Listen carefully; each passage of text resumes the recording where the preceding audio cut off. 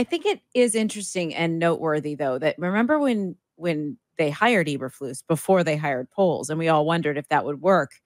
And here we are. I mean, I think it has. I know. I think I think it also, you know, how my affinity for Richard Hightower, talking to him this week, he mentioned, I just think he's the greatest.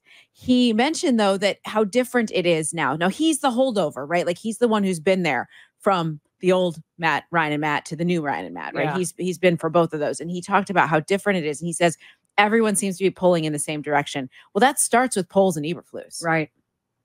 They established that new culture, and that roster that he's looking at is guys that he believes fit what they want their teams to look and play like. True. And they're on the same wavelength with that. I think you're right. Let's go out to the phone lines. Highland, Indiana. Paul is up first. Hi, Paul. Hey, Paul. Hi, ladies. How you doing today? Good. How are you? Good. Excellent show. I just want to put that out there. Thank you. Yeah, you know, you guys are talking 1-3, 2-2. I mean, we have a good defense. And defense wins championships, as you all know. I just think that you got to leave them on a short leash. And that stuff you just put on that Poles was talking, I think that's all a bunch of line of bull crap. I think he's just being nice and keeping him one more year. And if he doesn't do good, he's going to axe him. Paul, that's interesting. Thank you. We appreciate the phone call. I think it would be, I think that he has already aligned himself. Ryan Poles has aligned himself with Matt Eberflus. And I think it's not that easy. I don't think if they started out 0-4, you tell me, do you see Ryan Poles No. making a change? No. Heck no. No, not at all. They are in it for the long run. They're in it together to develop Caleb Williams and to put this thing together. And listen, I don't think it's about this year. They think that if things go right, they could win this year and win a lot.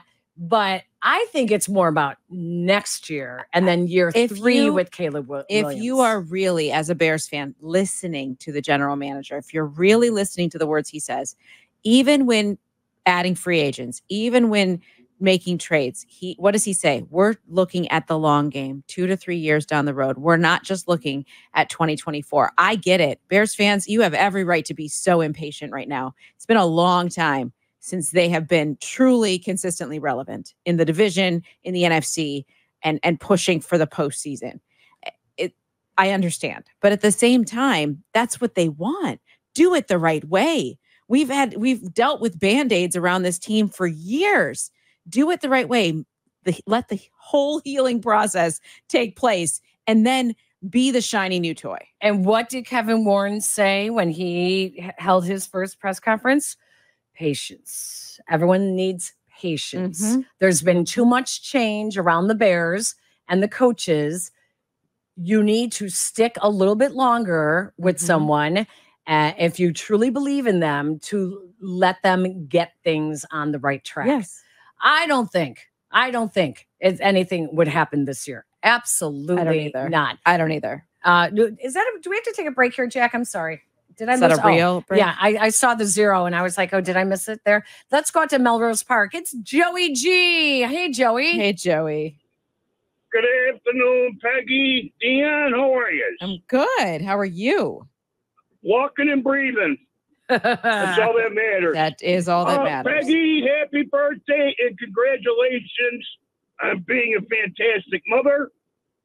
You did the right thing, 22 years old, showing appreciation to mommy. I appreciate that, Joey. Thank you. Now, I don't understand why we have to win these games now, early, because then we're going to play the Chiefs and we're going to play our division.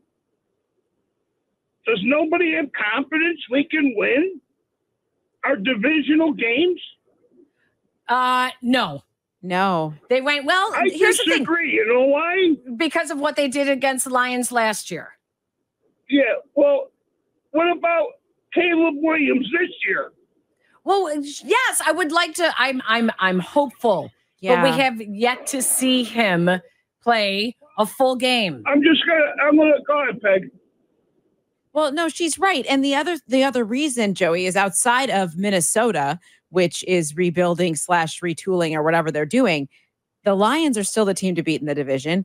We saw Green Bay won a playoff game last year. Like, this is a challenge that the Bears are up against. They are still right now, just looking at the standings, third at the most at this moment in time, until we see what happens once they kick off the season. Right.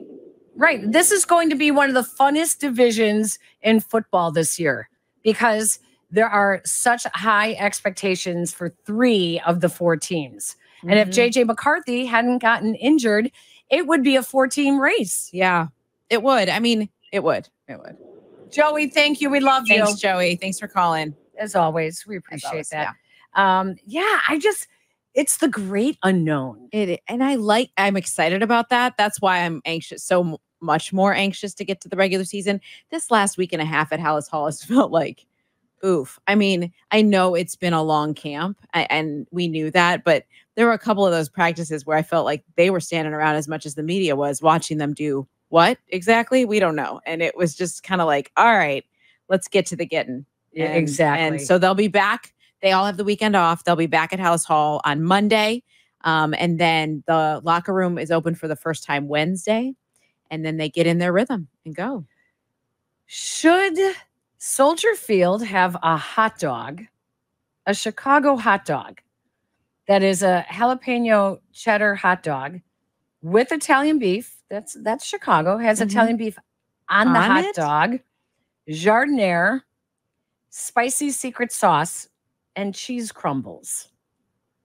Is that something you would expect to see at Soldier Field concessions this year? It feels a little intense for eating outside without a fork, right? Well, Levy restaurants were challenged by the Bears to come up with something that was more personable to the team. And so that's what they came up with? That is called the Adunze dog. Okay. And they worked with Rome Adunze to find out what he liked in his hot dog. This is how Rome Adunze, this is how you know he's from the West. Yes. Utah, and then I think Vegas before. Yeah. Okay. He created this with them. Okay. The jalapeno cheddar hot dog with Italian beef, jardiniere, spicy secret sauce, and cheese crumbles. What could the secret sauce be? It combines Rome's past with his present, as the cheese crumbles are sourced from Utah, where the receiver was born, and his present is in the hot dog with Italian beef, jardiniere. Yeah. That's going to be a real quick no. Okay. So is that description written on the menu board? Maybe. This is why it's a nod to his past and present. Okay. How about the bear claw pretzel? That's a great idea. Now that one I would eat. I would eat the bear claw pretzel. I do enjoy that. I think that's really cute. They also have on the dessert side, the bear paw donut. The bear paw donut, which features a chocolate iced donut, vanilla ice cream. Oh my. Caramel sauce, toffee, orange and blue chocolate candies, and whipped cream. All right. Oh, that's a little much. No, I don't think so. You don't think so? No, I don't think so. No, that sounds really good. Okay. That sounds really good. They also have, that was with Sugar Bliss, which is a woman and minority-owned bakery in Chicago, and that's how they came up with.